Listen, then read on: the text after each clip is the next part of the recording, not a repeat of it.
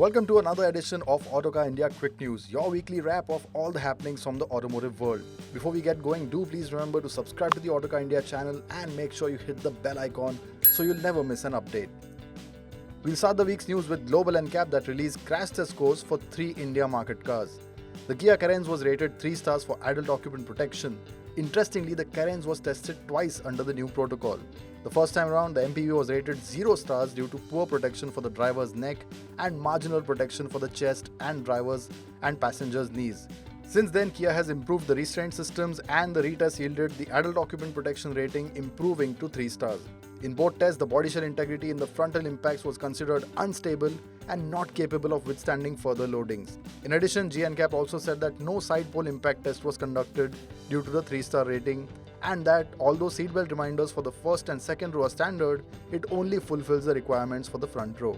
In child occupant protection, the Carens was given a 4-star rating, while the second test following enhancement to the restraint system earned the MPV a 5-star protection rating. As standard, the Carens comes with 6 airbags, ESC, 3-point seat belts for all seats and ISOFIX child seat sensors. Global NCAP also crash tested the Honda Amaze sedan under its new protocol. The compact sedan was rated 2 stars on adult occupant protection. As per Global NCAP, the adult occupant protection score was low due to the lack of optional side head protection, absence of ESC as standard, as well as seatbelt reminder for the driver only. Notably, the Amaze that was tested was not the recently updated model that sees the addition of safety features such as seatbelt reminders for all 5 seats. Had the newer model been tested, the safety rating could have been slightly different. For the child occupant protection, the dummies of both children showed head contact in the frontal impact test. The 3-year-old child dummy suffered from high loadings in the chest and neck, while the 1.5-year-old dummy was at risk of being ejected. Furthermore, the lack of 3-point seat belts in all seating position, the lack of passenger airbag disconnection switch, as well as just one provision for CRS installation resulted in a 0-star rating for child occupant protection. And finally, the homegrown Mahindra Bolero Neo compact SUV was also subjected to the global safety rating program.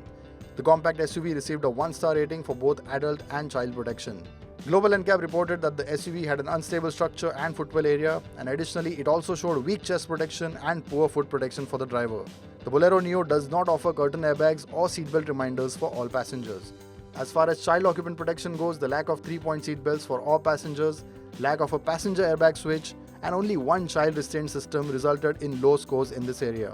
Even though the child protection showed acceptable dynamic performance, another reason for overall low rating for the Bolero Neo is the presence of side-facing third-row seats. Volkswagen has launched the Taigun GT line and the Taigun GT Plus Sport in India. Here's a detailed look at the variants and their prices. The GT line based on the 1-litre TSI-equipped Taigun is priced from 14.08 lakh rupees, while the GT Plus Sport based on the 1.5-litre turbo petrol is priced from 18.54 lakh rupees. The Taigun GT line is identifiable by a blacked-out styling treatment. There are black 17-inch casino alloy wheels and chrome bits on the front grille, headlights, roof rails, spoiler, and badges have been replaced with a black finish. The interior of the Taigun GT line continues with the blacked out theme with contrast grey stitching on the doors, seat covers, front center armrest and steering wheel. Features-wise, the GT line gets everything that the top-spec chrome top-line version does. The Taigun GT Plus Sport is comparable to the top-spec Taigun GT Plus Chrome in features, with blacked-out styling being the key differentiator. GT Plus Sport versions also get contrast red bits such as GT badges on the grille, front fender, boot lid and the brake calipers. The contrasting red continues onto the seats, steering wheel, armrest and doors. In addition, the GT Plus Sport also gets aluminum pedals. BMW has launched the i5 in India. The i5 is the all-electric version of the 5 Series and in effect marks the arrival of the new Gen 5 Series in India. For now, India gets the range-topping M60 that's priced at 1.2 crore rupees. Styling is sporty with aggressive bumpers, side skirts and 20-inch alloy wheels. Inside, the i5 gets a 12.3-inch digital instrument cluster and a 14.9-inch infotainment touchscreen that also gets gaming and video functions for the first time. The center console along with the 15-color ambient lighting system is similar to the one seen on the i7. The M60 gets a number of M-specific changes such as carbon fiber trim on the dashboard, specific performance-based displays for the infotainment and instrument cluster, and a flat-bottom M leather-wrapped steering wheel. As standard, the i5 gets sports seats finished in Venganza or Alcantara with an active cooling function, dark roof lining, a Bowers & Wilkins audio system, a panoramic sunroof, 4-zone climate control, a 360-degree camera, and more. The BMW i5 gets a 83.9 kWh battery pack that provides a WLTP range of 516 km on a single charge. The battery drives two electric motors, one on each axle, that have a combined output of 601 horsepower and 795 Newton meters of torque. BMW claims 0 to 100 kph time of 3.8 seconds and a top speed of 230 kph for this version of the i5. While BMW offers a complimentary 11 kW wall charger with the sedan, a 22 kW AC charger is available as an optional extra. The brand claims that the EV gets 205 kW DC charging capability with a 10 to 80% charge taking under 30 minutes. BMW India offers a 2-year unlimited kilometer warranty as standard with the i5, but its battery has an 8-year 1.6 lakh kilometer warranty. Jeep India has revealed the prices for the refreshed Wrangler. The updated SUV is now priced from 67.65 lakh rupees for the unlimited, and the range-topping Rubicon is now priced at 71.65 lakh rupees. The facelifted Wrangler Unlimited gets a new blacked-out grille and new 18-inch alloy wheels. Jeep says the windshield is also new and is now made of Gorilla Glass. Additionally, the Unlimited is also offered in a Sarge Green now. Jeep has also given the all-black grille to the Rubicon as well, along with new 17-inch alloy wheels.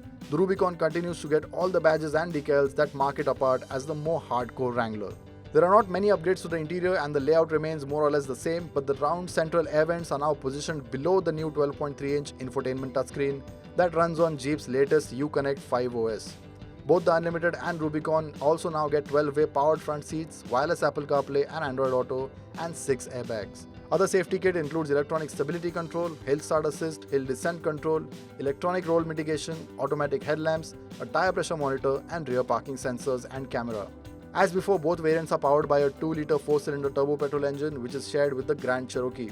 In the Wrangler, it produces 270 horsepower and 400 Newton meters of peak torque and is mated to an 8-speed torque converter automatic. Jeep's Select-Track full-time 4-wheel drive system is standard. The Wrangler Rubicon also gets rock mode for the Select-Track system, locking front and rear differentials, a front sway bar that is able to be electronically disconnected, and a 240 amp alternator. Our first drive video of the Wrangler is live now, so don't forget to check it out. Aston Martin has launched the newest V8 Vantage in India with a price tag of 3.99 crore rupees. Aston Martin has not just freshened up the exterior and interior of the new Vantage, but the Mercedes-sourced V8 engine also sees a bump up in power. The new Vantage gets a more aggressive face that is emphasized with the new massive grille that stretches across the width of the front bumper and the new intakes at the edges. The bonnet has stronger character lines and the headlamps are now larger and more rounded than before and come with a new 3-piece LED DRL signature. Over to the side, the air ducts on the fenders have been slightly redesigned, and at the rear there is more aggressive bumper and diffuser setup.